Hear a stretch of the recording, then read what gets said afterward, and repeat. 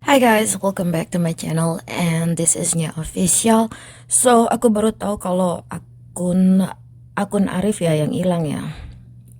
So, kalau akun IG hilang itu pakai nomor kartu SIM cardnya nomor Indonesia. Memang itu hilang, sangat ringkih kalau pakai kartu nomor Indonesia. Nah, bagaimana cara membalikannya? Coba buka akun IG yang hilang itu dengan nomor SIM card Amerika luar negeri. Jadi buka IG-nya dan ganti pakai SIM card Amerika. Dicoba, biasanya berhasil. Ya, kayak gitu.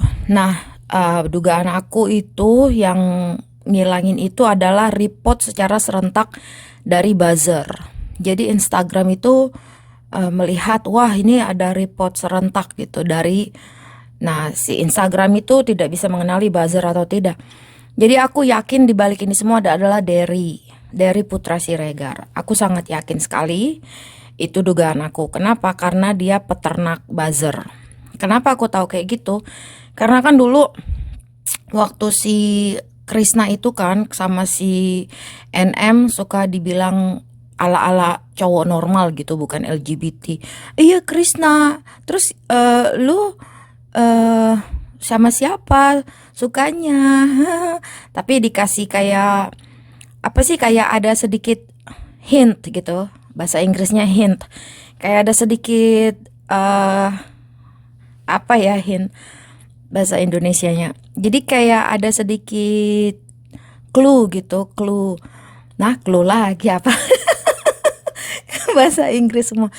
Jadi itu ada hint, ada sedikit apa sih hint bahasa Indonesianya. Jadi si NM itu memberikan kepada netizen sedikit contekan-contekan kalau si Krisna itu LGBT gitu. Hint. Jadi si NM itu memberikan contekan-contekan sedikit-sedikit kepada netizen ya, sering seperti itu. Apa ini Krisna, kamu sukanya cowok apa cewek? Oh, terus Krisna jawab kan sambil lagi ngeblow rambut. Oh, sukanya Krisna normal apa enggak? Ya normal lah gitu. Jadi kayak ada sedikit contekan-contekan gitu untuk netizen.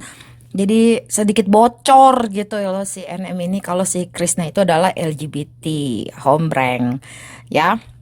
Nah sama juga dengan halnya si Derry ini pada zaman dahulu kala bertahun lalu si NM, nggak bertahun lalu banget sih. Lalu si NM bilang ini dia bos buzzer gitu kan, di storynya kan, ini bos buzzer, ini dia bos buzzer kita. Nah dengan foto si Derry. Jadi emang beneran itu menurut gua si Derry itu memang buzzer dan ala-ala ke rumah sakit saat ditegur sama si FS, dia pura-pura lagi ke rumah sakit biar kesannya dia lagi nggak kerja, mengapa ya, memimpin buzzer. Jadi seolah-olah dia lagi di rumah sakit. Padahal dari muka-mukanya kan kalau orang sakit kan kelihatan ya. Mukanya lesu, agak sedikit pucat, mata sayu. Kalau sakit kan kayak gitu.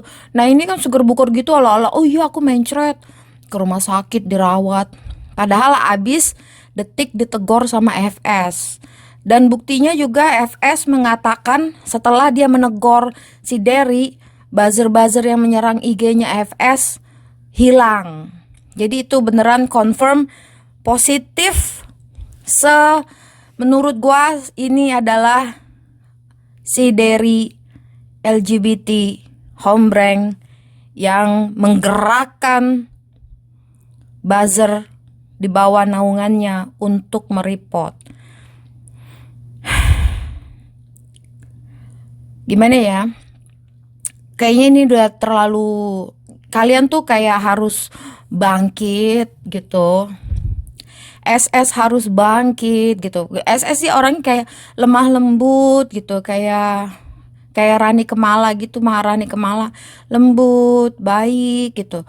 Nah gitulah, kalau orang lembut baik itu diinjak gitu loh. Maksudnya inilah saatnya memberikan pembalasan yang lebih kejam. Karena kalau kita, maksudnya kita baik, terus kita dizolimi seperti ini, itu harusnya kita berhak melakukan pembalasan yang lebih kejam, gitu kan? Ya kan? Pembalasan itu harus lebih kejam. Dan inilah saatnya memberikan pelajaran buat mereka yang sudah zolim. Gak bisa didiamin. Kerahkan semua resources, kerahkan semua energi, kerahkan semua kekuatan, karena pembalasan itu harus lebih kejam. Karena kalian diem, kalem, baik, dizolimi. Menurut gue sih waktunya harus bangkit untuk membalas perbuatan mereka.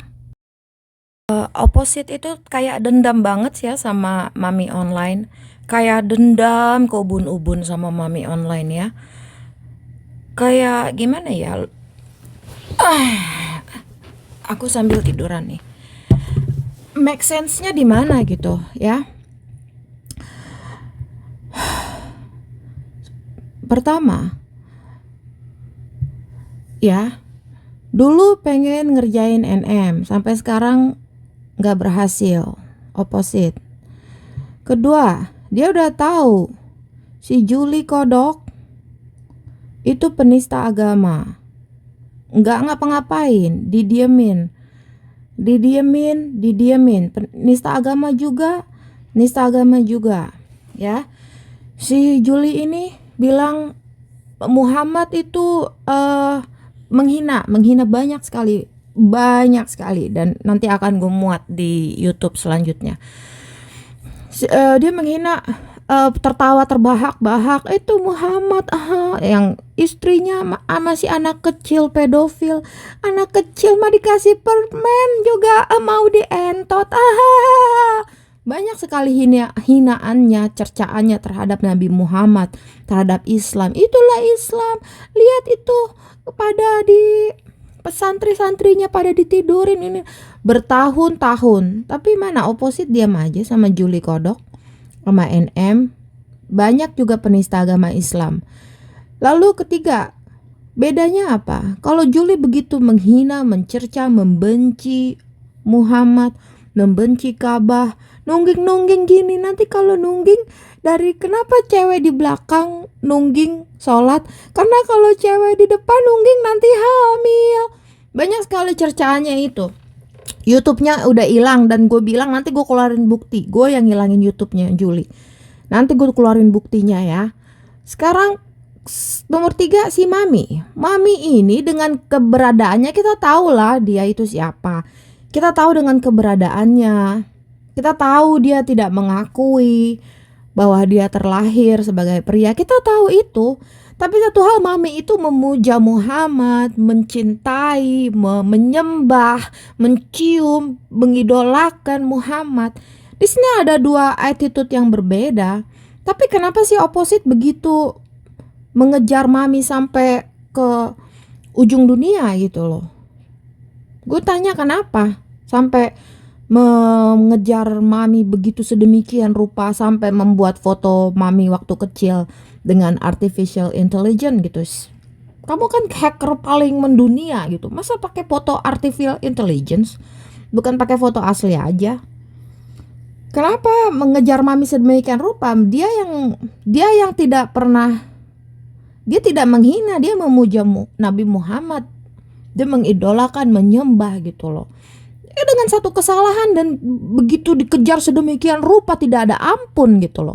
Make sense, logikanya tuh di mana gitu. Sedangkan si Julie dan M dibiarin aja, nggak ada tindakan apa-apa.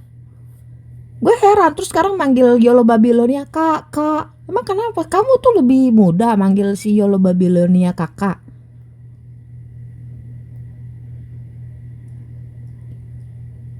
Gitu loh. Banyak orang itu pindah agama itu karena benefit gitu. Jadi jangan langsung terpukau. Kalau orang masuk agama Kristen gitu, gue gak terpukau. Orang pindah agama, gue gak terpukau. Kenapa? Karena agama itu adalah sesuatu yang dipegang sangat kuat dari lahir. Seperti doktrin dari kecil, dari lahir, yang ditanamkan oleh orang tua kita.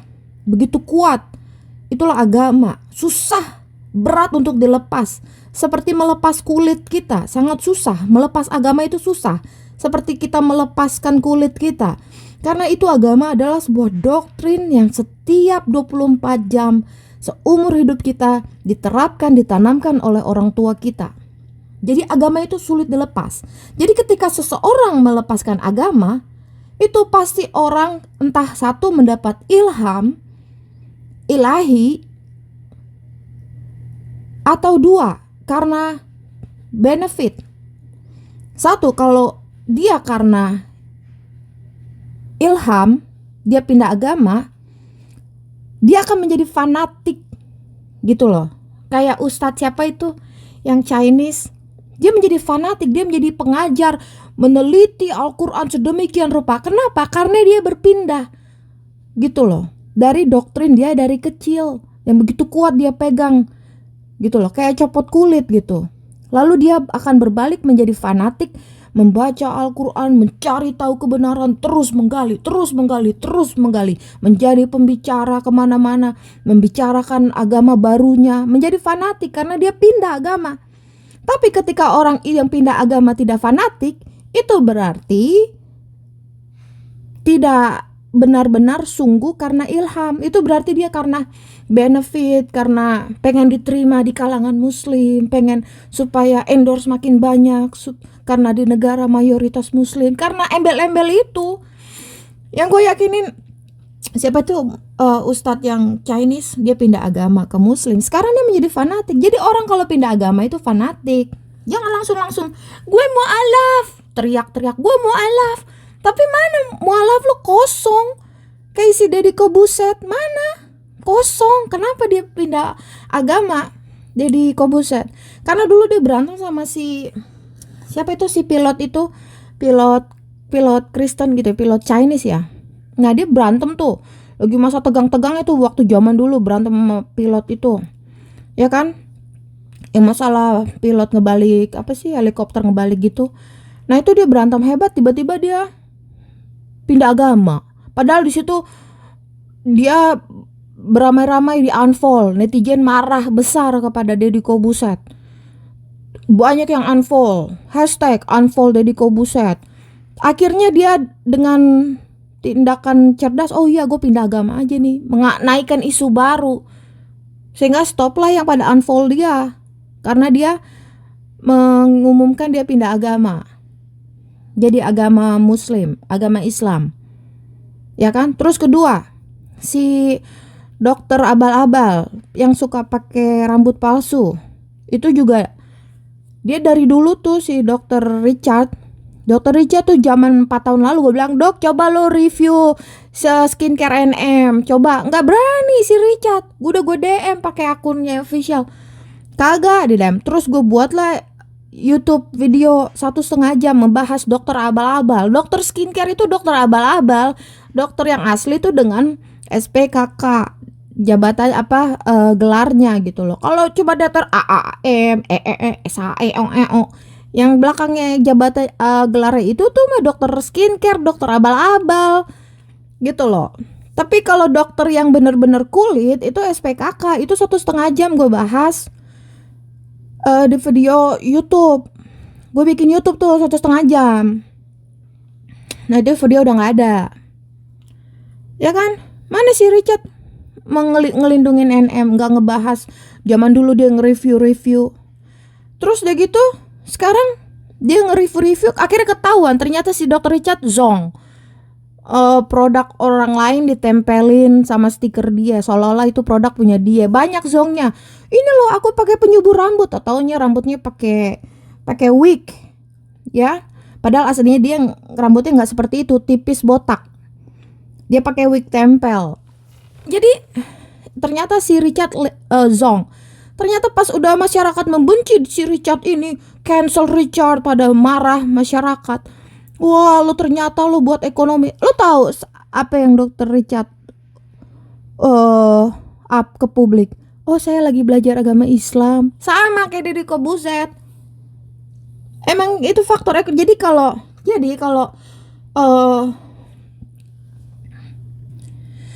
kalau misalkan orang pindah agama, itu Gue nggak terpukau karena agama itu sulit untuk diganti. Kalau lo ganti lo akan menjadi ekstrim ke agama baru lo, bukan santuy. Cen ganti agama 3 kali, dari Katolik ke agama Bali, Bali ya, dari Katolik terus ke agama Bali, istrinya yang pertama, terus sekarang ke agama Islam. Cen 3 kali itu patut dipertanyakan, lo agama lo 3 kali, lo mental lo itu gimana? Itu mana ada orang bisa seperti gitu berganti agama. Agama itu sulit diganti kayak gitu ya kan. Jadi intinya mami itu memuja Muhammad, menyembah, mengidolakan, ya kan, selalu meskipun dengan segala keterbatasan dia, tapi dia tujuannya menyembah. Dia lakukan kesalahan, oh oke, tapi kok dikejar sampai ke ujung kulon gitu loh sama oposit. Sedangkan Juli sama NM dan lain-lainnya yang embel-embel mualaf itu nggak diapa-apain. Apalagi Juli yang lebih parah. Lebih parah, hinaannya banyak banget, itu semua terekam. Bahkan si Gaby udah pernah up di IG-nya Gaby semua hinaan si Juli. Sebagian, nggak semua. Gitu loh. Sekarang mah ya kecewa lah sama oposit.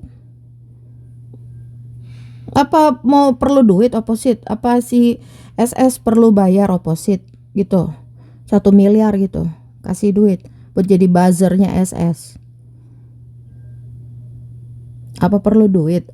Bayar tuh oposit, kasih duit, suruh jadi buzzer SS. Gitu loh.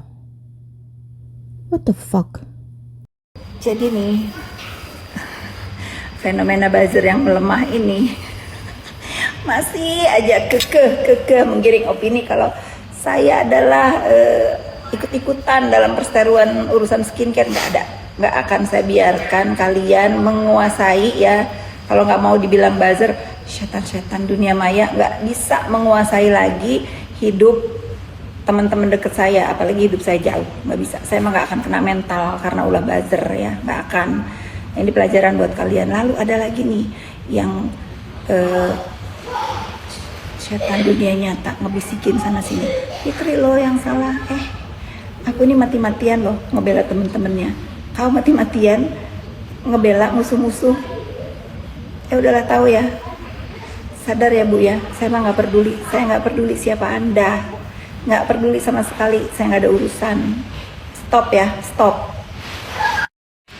Sebetulnya untuk kalian ini punya fans, boleh-boleh aja punya fans, mendukung, terus menyemangati, tapi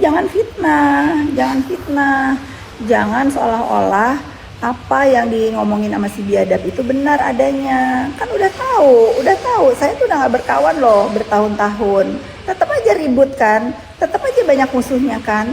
Kenapa sekarang Anda meyakini kalau semua yang nyuruh itu saya? Ya bukan Bu, waras Bu ya. Nih saya mah nggak akan diam sekarang. Pokoknya siapapun, nggak peduli siapapun yang menghancurkan.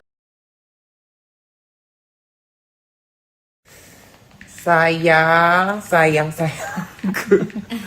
Kak Panda tidak menerima pertanyaan, ya, tidak menerima pertanyaan dalam bentuk kenapa IG lama hilang, kok bisa hilang, mengapa hilang, bagaimana hilang, kapan hilang, enggak. Ya, ini jawabannya ya, merangkup semuanya ya. IG-nya itu hilang karena di ban permanen langsung dari Instagramnya. Aku juga nggak tahu. Aku juga udah appeal, aku udah coba banding tapi nggak bisa. Ya udah nggak apa-apa. Mungkin nggak rezeki. Mungkin rezekinya di Instagram yang baru ini. Ya, udah jelas semuanya ya. Jadi aku tidak akan menjawab pertanyaan itu kenapa Kak Ono, kenapa Kak enggak. Udah selesai.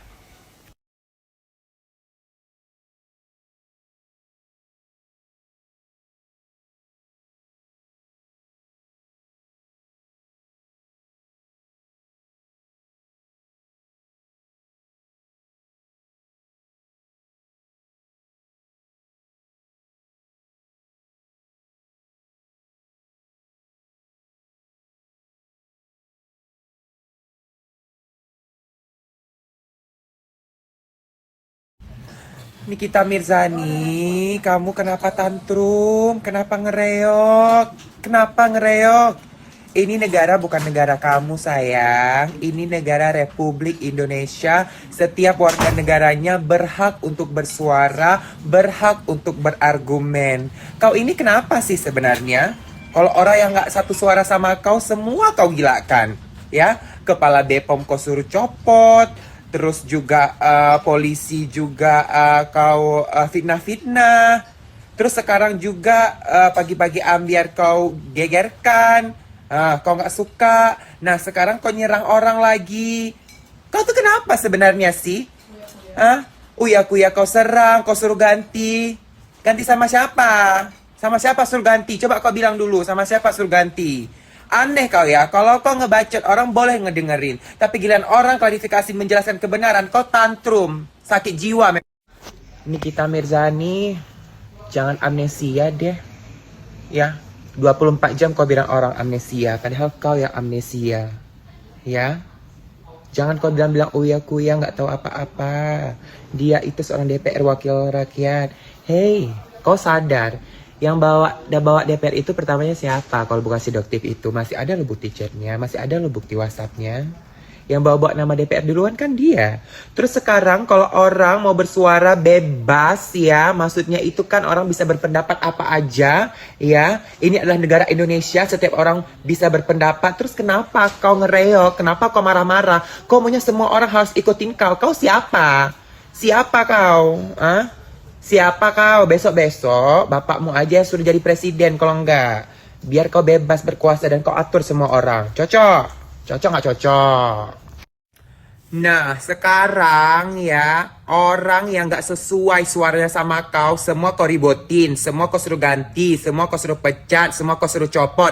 Ya udah gini aja deh, gitu. Besok bapakmu jadi Kapolda, terus bapakmu jadi kepala BPOM, terus bapakmu juga buat stasiun TV sendiri aja. Gitu aja, biar enak gitu kesannya. Paham? Nah, gitu aja kalau nggak besok-besok. Biar enak, tenang, nyaman gitu. Pokoknya semua sesuai dengan keinginan kau. Karena kan negara ini negara kau kan. Cuman kau yang hidup di negara ini satu orang. Yang lain nggak ada. Cuman kau di negara ini satu orang.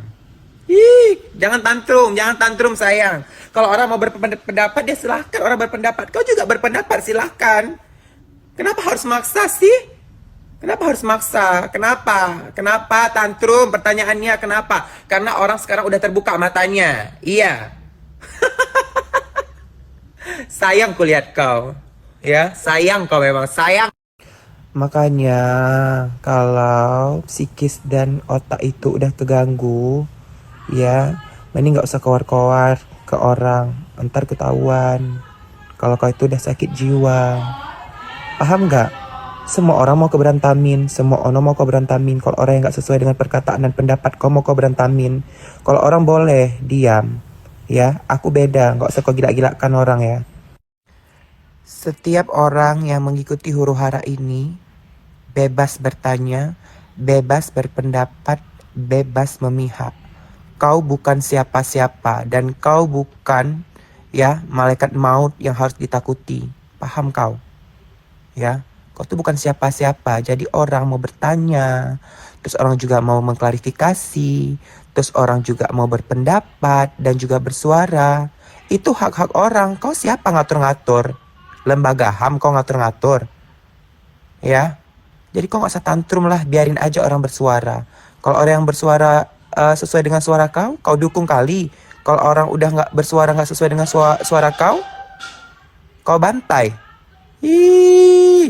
Orang kau. Curiga aku kau bukan orang. Serem Tantrum ke Bepom, tantrum ke polisi, tantrum ke Uya Kuya, tantrum ke Karen Delano. Hah? Kalau ada satu orang yang bermasalah sama 1000 orang, ya, bukan 1000 orang ini yang sakit jiwa, tapi yang satu orang ini yang sakit jiwa, dan yang satu orang ini yang harus dimusnahkan dari peradaban ini. Paham tak? Paham?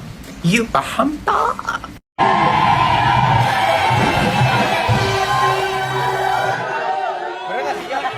Gak usah begitu-begitu amat Bang Billy.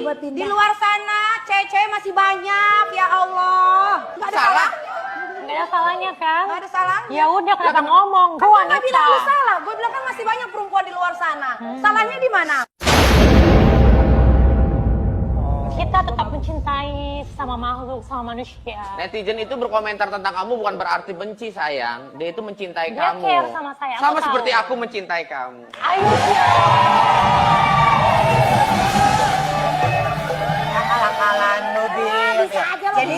Jadi pesan kamu untuk para netizen ini apa? Gimana ya, saya cuma bilang untuk semua netizen yang terpengaruh oleh orang-orang, biasalah kita mengaca dulu sebelum mengambil keputusan ya. Karena kalian tidak tahu. Jangan dibeli dah. SS Your Makeup-nya jangan dibeli. Gue pakai lip serumnya. Apaan bibir gue jadi kering pecah-pecah. Bagusnya juga lip serum gue. Dia bikin di Cina itu. Di Cina itu ingredientsnya jelong. Enggak.